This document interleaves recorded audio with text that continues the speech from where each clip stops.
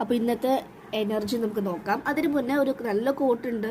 നല്ല കർമ്മങ്ങൾ ചെയ്യാൻ ആരംഭിച്ചാൽ ജീവിതം സന്തുഷ്ടത കൊണ്ട് നിറയും.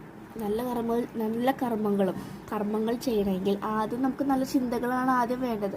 അപ്പോൾ നല്ല തോട്ട്സ് വരുമ്പോൾ തന്നെയാണ് നല്ല കർമ്മങ്ങളായിട്ട് അത് വരുന്നത്. അപ്പോൾ എല്ലാവരും നല്ല തോട്ട്സ് ക്രിയേറ്റ് ചെയ്യാൻ ആദ്യം ശ്രമിക്കും. നെഗറ്റീവ് തോട്ട്സാണ് ഏറ്റവും കൂടുതൽ നമുക്ക് വരിക. അപ്പോൾ നമ്മൾ പറയാം ക്യാൻസൽ എന്ന സ്വിച്ച് വേർഡ് നിങ്ങൾ യൂസ് ചെയ്യുക.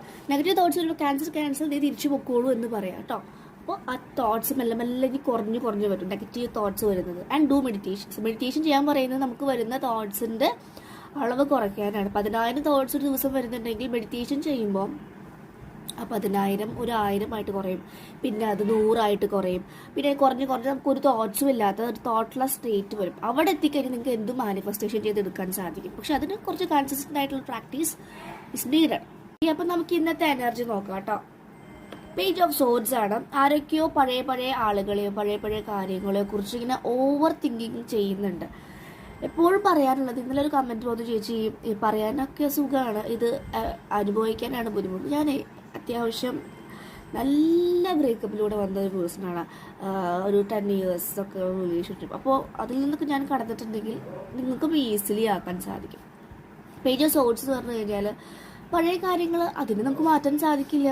നമുക്ക് മാറ്റാൻ സാധിക്കും നമ്മൾ പ്രസൻറ്റ് മൊമെൻറ്റ് മാത്രമാണ്. അപ്പോൾ നമ്മൾ ആ പ്രസൻറ്റ് മൊമെൻറ്റിൽ ഇരുന്നിട്ട് നമ്മുടെ ലൈഫ് ബിൽഡ് ചെയ്യാനുള്ള കാര്യങ്ങളിലേക്ക് ഫോക്കസ് ചെയ്യുക. അല്ലാതെ നമ്മൾ കുറേ ചിന്തിച്ചിട്ടോ ഒന്നും ഇല്ല. മരണം വരെ നമുക്ക് മെമ്മറീസ് ഉണ്ടായിരിക്കും. പക്ഷെ ആ തോട്ട്സിനധികം ഇമ്പോർട്ടൻസ് കൊടുക്കുക. അതൊക്കെ താങ്ക് യു സോ മച്ച് പറഞ്ഞാൽ അവർ വിടുക തോട്ട്സിനെ, മനസ്സിലായി. അപ്പോൾ ഓവറായിട്ട് നിങ്ങൾ പാസ്റ്റിലേക്ക് പോകുമ്പോൾ നിങ്ങൾക്ക് തന്നെയാണ് അത് ബുദ്ധിമുട്ടായി വരുന്നത്. അതാണ് പേജ് ഓഫ് സോഡ്സ്. ഒരുപാട് നിങ്ങൾ എന്തൊക്കെയോ ആലോചിക്കുന്നു, മിസ് ചെയ്യുന്നു. ഓക്കെ, നെക്സ്റ്റ് കാർഡ് കാണിച്ച ക്യൂൻ ഓഫ് കപ്സ്. നിങ്ങളുടെ ഫെമിനിൻ എനർജി, കുറേ പേരുടെ ഫെമിനിൻ എനർജി ബ്ലോക്ക് ആകുമ്പോൾ നിങ്ങൾക്ക് ഈ സാക്രൽ ചക്രയിലൊക്കെ ഇഷ്യൂസസ് വരും. ഇമോഷണൽ സൈഡ് എക്സ്പ്രസ് ചെയ്യാൻ അറിയില്ല. ചില മാസ്കുലിൻസിനെ കണ്ടാൽ അറിയാം അവരുടെ ഫെമിനിൻ സൈഡ് ബ്ലോക്കാണ്.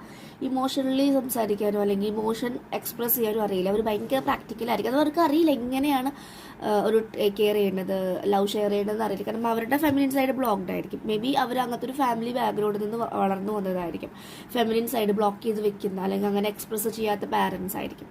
അപ്പോൾ ഇന്നത്തെ പറയുന്നത് ഇതാണ്. 2 സോഡ്സ്, ഒരു പേജ് ഓഫ് സോഡ്സും ക്യൂൻ ഓഫ് കപ്സ് ആണ്. വാട്ടർ സൈനും ഉണ്ട്, അയർ സൈനും കാണിക്കുന്നുണ്ട്.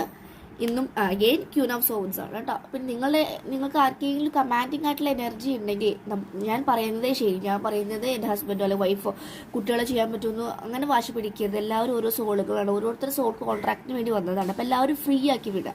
ആ ഫ്രീനെസ്സിലാണ് ഒരുപാട് ചേഞ്ചസ് വരുന്നത്. ഓക്കെ, ഇതാണ് ഇന്നത്തെ energy for today. Thank you.